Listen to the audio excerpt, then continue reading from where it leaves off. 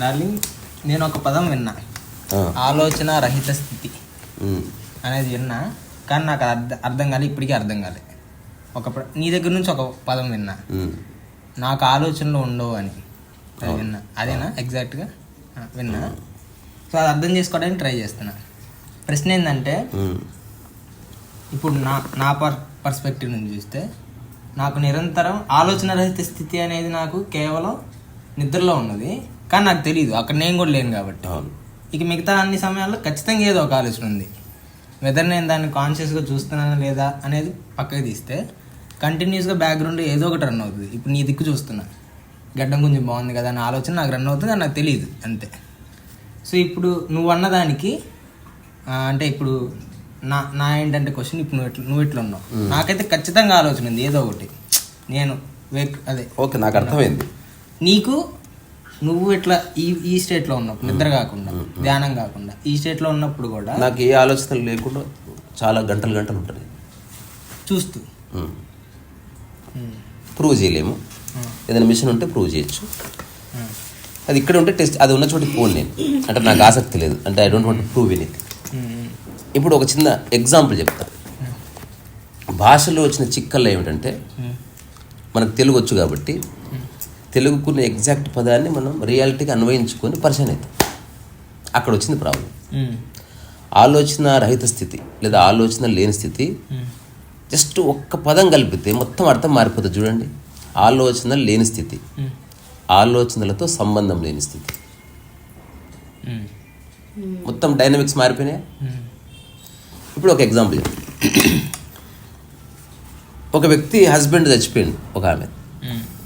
ఇప్పుడు నా భూమి మీద నాకు ఎవరు లేరు అంటుంది. లేరా? That is the answer.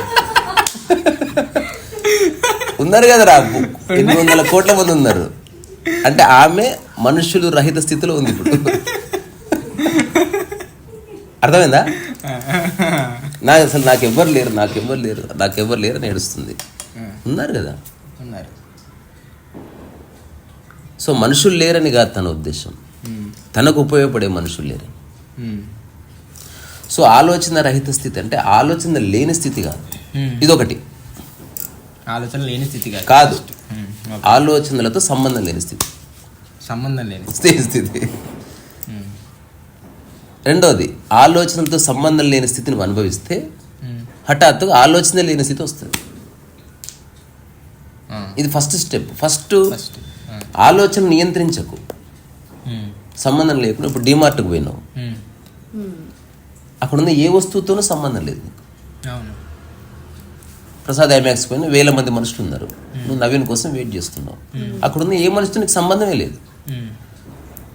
So అక్కడున్న ఏ వ్యక్తిని నీ మనసులోకి తీసుకోవడం లేదు, ఏ వ్యక్తి గురించి ఆలోచించడం లేదు. ఏ వ్యక్తి ఎవరు, వాళ్ళ కులం ఏమిటి, వాళ్ళ మతం ఏమిటి, అవేవి లేవు నీ మనసులో. She is just waiting for you. ఒకే ఒక ఆలోచన ఉంది, దట్ ఈస్ నవీన్. ఒకటి ఉన్నది చాలు, ఒకటి ఉండొచ్చు, ఉండని. ఆలోచనలో ప్రాబ్లం లేదు, ప్రతి ఆలోచనలతో ఇంటర్ఫియర్ అయితే ప్రాబ్లం. ఎగ్జాంపుల్, ఇప్పుడు తనకు నవీన్ ఎవరో తెలియదు, ఎర్ర షర్ట్ వేసుకొని వస్తాడని చెప్తాను. ఇప్పుడు ప్రతి ఎర్ర షర్ట్ వైపు చూస్తా లేదా? స్పెసిఫిక్గా లేదు. సో నీ మనసు ఏమిటో నీకు తెలియక ప్రతి ఆలోచనలో ఇంటర్ఫియర్ అవుతున్నావు. అది మంచిదా కాదా, నాకు ఉపయోగపడుతుంది. సో అట్లా గందరగోళ స్థితి వస్తుంది. దీనికి ఒక మంచి డ్రాయింగ్ వేస్తే బాగుండు. ఫస్ట్ అయితే చెప్పి చూస్తా, కన్వే అవుతుందేమో.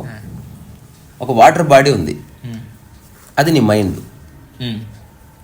అందులో ఒక ఆలోచన పుట్టింది అనుకో, ఆలోచన ఒక వేలు పెట్టావు, పెట్టగానే సర్కిల్స్గా మొత్తం స్ప్రెడ్ అవుతుంది. ఆ తర్వాత నువ్వు మళ్ళీ వేలు పెట్టలేదు అనుకో, మళ్ళీ కాసేపటి తర్వాత మళ్ళీ ఫ్లాట్ అయిపోతుంది. మళ్ళీ ఏ ఆలోచన లేని స్థితి వస్తుంది కదా. సమస్య అంతా ఎక్కడ వస్తుంది? ఇట్లా పెట్టావు, పెట్టిన ఫస్ట్ రింగ్ వచ్చింది, సెకండ్ రింగ్ వచ్చింది, మూడో రింగ్కి సంబంధించి దానికి సంబంధించిన ఆలోచన వచ్చింది. ఇంకోటి ఎగ్జాంపుల్, తినాలి అన్న ఆలోచన వచ్చింది. మేక అనుకో, కట్ గడ్డి తిని పండుకుంది, అయిపోయింది.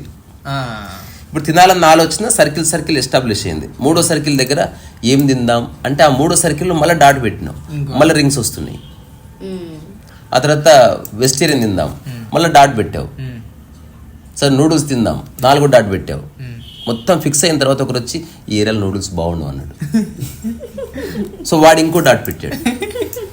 సో నీ మైండ్ ఒక నది అనుకుంటే ఎన్నిసార్లు వేలు పెడితే అన్ని అలలు వస్తాయి. రెండోది, ఇక్కడ ఒక డాట్ పెట్టావు, ఇక్కడ ఒక డాట్ పెట్టావు, అక్కడ ఒక డాట్ పెట్టావు. ఒకదాంతో ఒకటి మెల్లగా జల్లవడం కూడా స్టార్ట్ అవుతుంది. అంటే ఏ ఆలోచన దేనికి సంబంధించిన స్పష్టత పోతుంది.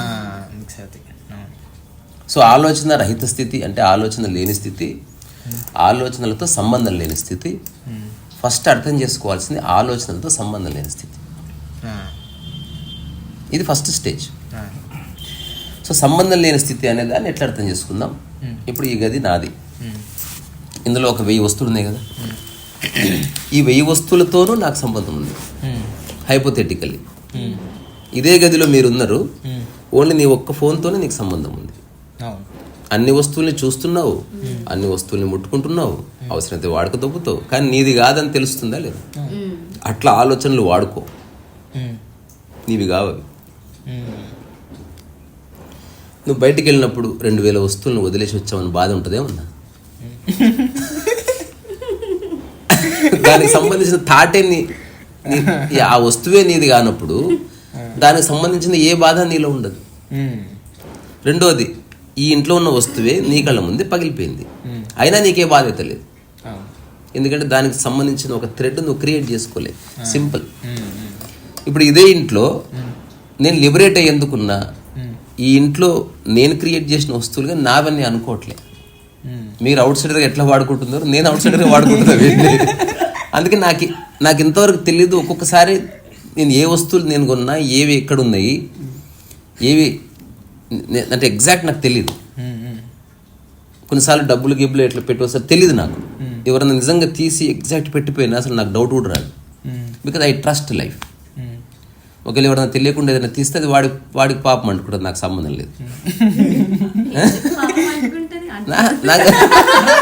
నాకు సంబంధం లేదు అంటున్నా. అంటే ఇప్పుడు వేరే వాళ్ళ వస్తువులు తీయడం పాపం అని వాడు అనుకుంటే అంటుకుంటుంది. ఇప్పుడు ఈ ఆలోచన అనే దాని గురించి కొంచెమే చర్చించి ముగిద్దాం. అంటే మరి దీని గురించి ఎక్కువ ఆలోచనలు అక్కర్లేదు. అని ఒక చుక్క. ఆలోచనలు నీవు క్రియేట్ చేసుకుని కొన్ని ఉంటాయి. నీ మైండ్లో ఆలోచనలు వేరే వాళ్ళు నాటివి కొన్ని ఉంటాయి. గుర్తించగలగాలి. నువ్వు క్రియేట్ చేసుకున్న ఆలోచనలు నీకు పూర్తి నియంత్రణ, స్వతంత్రం ఉంటుంది. అవే ఆలోచనలు వేరే వాడు క్రియేట్ చేస్తే అవి ఎందుకు క్రియేట్ చేశారో నీకు తెలియదు, కానీ నువ్వు దాన్ని అనుసరిస్తూ ఉంటావు తెలియదు. నువ్వు క్రియేట్ చేయలేదు కాబట్టి నీకు కంట్రోల్ ఉండదు. ఇప్పుడు మోస్ట్ ఆఫ్ ది పీపుల్ తెలియదు రెడ్ లైట్ వస్తే ఎందుకు ఆగలను. అది ఎవరు క్రియేట్ చేశారు థాట్ మనకు. మనకు తెలియదు, అది దాటితే కేసు అవుతుంది ఇట్లా అనుకుంటున్నాం. బట్ రెడ్ లైట్ ఎందుకు తెలియదు మనకి. Exact we don't no.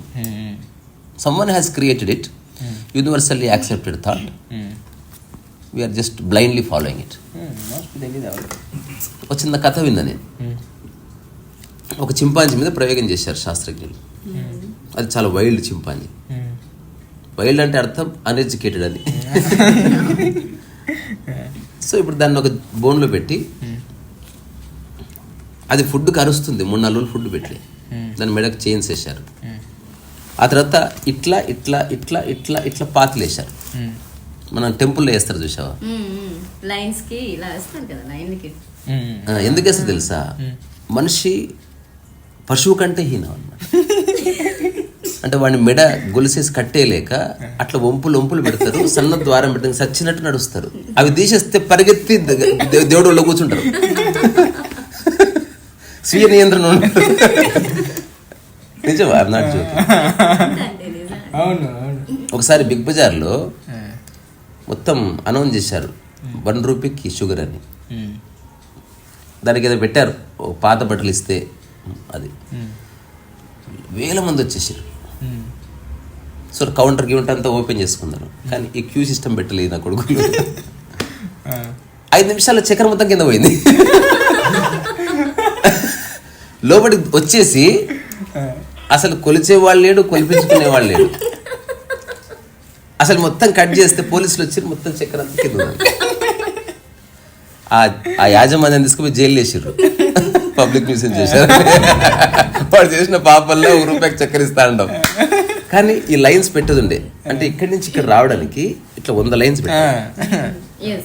అప్పుడు ఏమవుతుంది, ఇప్పుడు ఎయిర్పోర్ట్లో అయినా సరే నియంత్రణ అంటే ఇప్పుడు గోల్కొండ ఉన్నాయి కదా, వాళ్ళు ఆలోచించిండ్రు వేరే దేశం వాళ్ళు దాడి చేస్తే ఎట్లా, ఇప్పుడు ఏనుగులు తీసుకొచ్చి పెద్ద పెద్ద డోర్లకి గుద్దిస్తారు, చెక్క మొత్తంతో కొట్టిస్తే డోర్లు ఓపెన్ అయిపోతాయి. అప్పుడు మన మొట్టమొదటిసారి నిజాం ప్రభు అంటే ఇక్కడ యూసుఫ్ జహీ సుల్తాన్లు ఒక కొత్త ఐడియా వేశారు. మీరు వరంగల్లో చూడొచ్చు, గోల్కొండ దగ్గర కూడా చూడొచ్చు. మెయిన్ డోర్ ఉంటుంది కదా, ఆ మెయిన్ డోరు డైరెక్ట్ ఉండదు అన్నట్టు. ఆ మెయిన్ డోర్కి ఎట్లా రావాలంటే ఇట్లా మళ్ళీ ఇట్లా రావాలి, ఇట్లా మళ్ళీ మెయిన్ డోర్ ఉంటుంది. అంటే ఏనుగు ఇట్లా వచ్చి ఇట్లా వచ్చిన తర్వాత ఏనుగు ఎన్నిక్కి పోయి గుద్దే స్పేస్ ఉండదు ఏనుగుకి, దానివల్ల గుద్దలేదు అది, ఇట్లా ఇట్లా ఇట్లా అనాల్సిందే. అర్థమైందిగా? అంటే నీ వేగాన్ని నియంత్రించడానికి ఇవన్నీ పెట్టారు. సేమ్ చింపాంజీ కూడా అట్లే పెట్టారు పాపం. తర్వాత దానికి ఒక డోర్ పెట్టారు. డోర్ పెట్టిన తర్వాత ఒక చిన్న కారిడార్ పెట్టారు, మళ్ళీ ఇంకో డోర్ పెట్టారు. ఆ డోర్ అవతల ఒక దిమ్మె, దాని పక్కన ఒక గంట పెట్టారు, ఒక ప్లేటు ఫుడ్. కరెక్ట్ 1 గంటకు టంగని శబ్దం వస్తుంది. రాగానే చింపాంజీని ఓపెన్ చేస్తారు, అది పరిగెడుతుంది. ఆబ్వియస్గా ఇట్లా ఇట్లా ఇట్లా ఉంది కదా, అందుకని అది ఎవరి మీద దాడి చేయలేదు, అందుకని దాంట్లో రావాల్సిందే. అట్లా వచ్చిన తర్వాత దాన్ని గొలుసుతో పైనుంచి పట్టుకున్నారు. కరెక్ట్గా ఫుడ్ దగ్గర ఉంది, ఇట్లా హ్యాంకరింగ్ దానికోసం. అప్పుడు అది చూసే విధంగా గంట కొట్టారు, టంగ్ టంగ్ టంగ్ అని గంట కొట్టారు. కొట్టిన తర్వాత ఫుడ్ ఇచ్చారు, మళ్ళీ దాన్ని తీసుకుపోయి లోపటేశారు. ఆఫ్టర్ 1 month ఆవేశం అంతా లేదు దానికి, మంచిగా వాళ్ళతో పాటు నడుచుకుంటూ వస్తుంది. అక్కడ రాగానే ఇట్లా అట్లా గంట దిగి చూస్తుంది, ఇట్లా అది ఇట్లా టంగ్ టంగ్ అని కొట్టగానే మెల్ల రిలాక్స్ తీసుకొని తింటుంది, తీసుకొని నడుచుకుంటూ వెళ్ళిపోతుంది. మళ్ళీ ఇట్లా 6 months జరిగింది. 6 months 6 నెలలకి తాడుబిడి ఏమి లేదు. దానికి ఒక పేరు బాబు అని పెట్టుకున్నారు. అది మంచిగా ఎగురుతుంది, తుంగుతుంది, కరెక్ట్ అక్కడ వచ్చి ఆగుతుంది, ఇక్కడ కూర్చుంటుంది. వాడు అది తీసుకుంటాడు, ఇదే ఇస్తుంది కడ్డీ. వాడు టంగాని 3 సార్లు కొడతాడు. ఒకసారి ఏం చేశారంటే ప్రయోగం చేశారు, ఫుడ్ గిట్ అంతా రెడీగా పెట్టి వీళ్ళు పోలేదు. ఇంకా దానికి ఇంకా బేచైన్ స్టార్ట్ అయింది, టైంకి అలవాటు అయింది కదా. అది మెల్ల గేట్ ఓపెన్ చేసుకుని మొత్తం జనాల కోసం చూస్తే ఎవ్వరు లేరు. ఇంకో గేట్ ఓపెన్ చేసుకుని వచ్చి ఆడ కూర్చుంది, వీళ్ళు ఎవరు వస్తలేరు, గంట కొట్టుకొని తినేసి.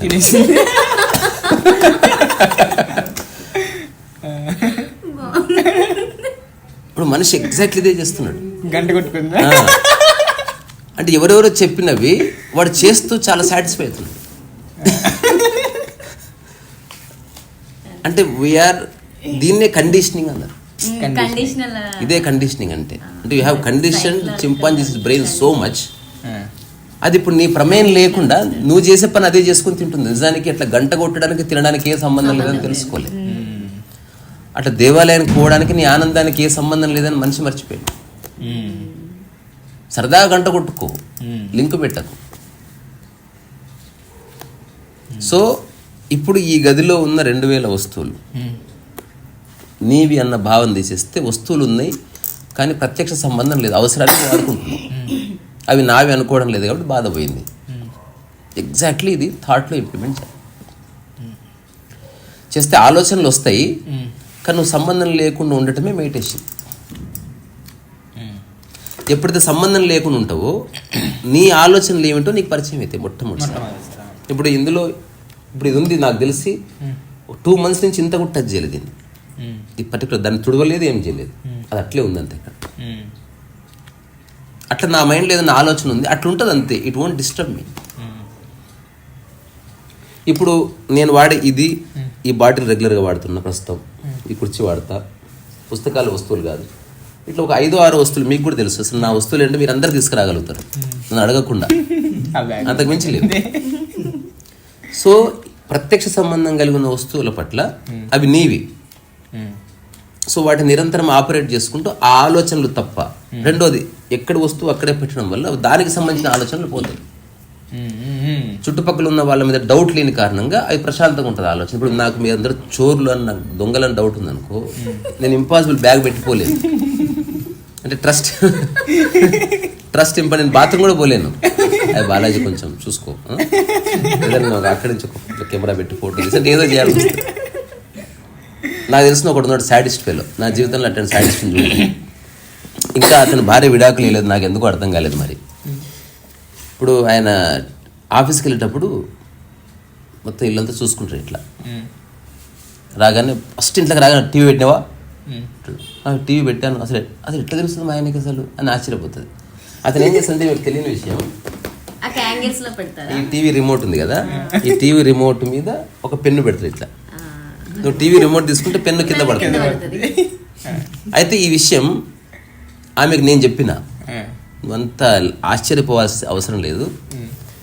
ఆయన ఆఫీస్కి వెళ్ళిపోగా నీ దగ్గర ఫోన్ ఉంది, ఏదే వస్తువు వాడుకోవాలనుకుంటే దాని ఫోటో తీసుకో. ఎగ్జాక్ట్ అట్లా అరేంజ్ చేయండి. ఆ తర్వాత కొంతకాలం ఆమె చేసింది అది. అతను రాగానే చూసుకుంటున్నాడు, నేను వాడలేదండి, నాకు అవసరం లేదని చెప్పింది. ఆమె చక్కగా వాడుకుంటుంది, అన్ని బాగుంటుంది. అది అంత లేదు, కరెంట్ బిల్ రకరకాల రీజన్స్తో వస్తుంది. ఇప్పుడు హఠాత్తుగా ఈమెకు తెలియదు ఇంకో విషయం ఏం జరిగింది, సార్ సీసీ కెమెరా ఫిక్స్ చేయించారు చెప్పలేదు.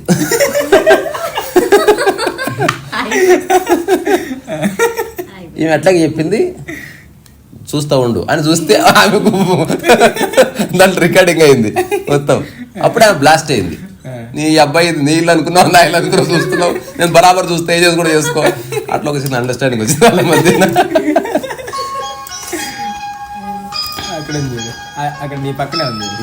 సో నువ్వు అడిగిన ప్రశ్నకి, ధ్యానంలో ఉన్న వాళ్ళు ఆలోచన రహిత స్థితి కోసం ట్రై చేస్తారు without knowing what it is. అసలు ఆలోచన రహిత స్థితి కోసం ట్రై చేస్తున్నాను కూడా ఆలోచన. అసలు నా మైండ్లో ఏ ఆలోచన లేవు, ఇది కూడా ఆలోచనే. అట్లా లేదే లేదు అసలు. కంప్లీట్ శూన్య స్థితి అత్యంత అరుదుగా నిద్రలో ఉంటుంది, ఎవ్రీడే మరణంలో ఉంటుంది, లేకపోతే అత్యంత అరుదుగా సమాధిలో ఉంటుంది.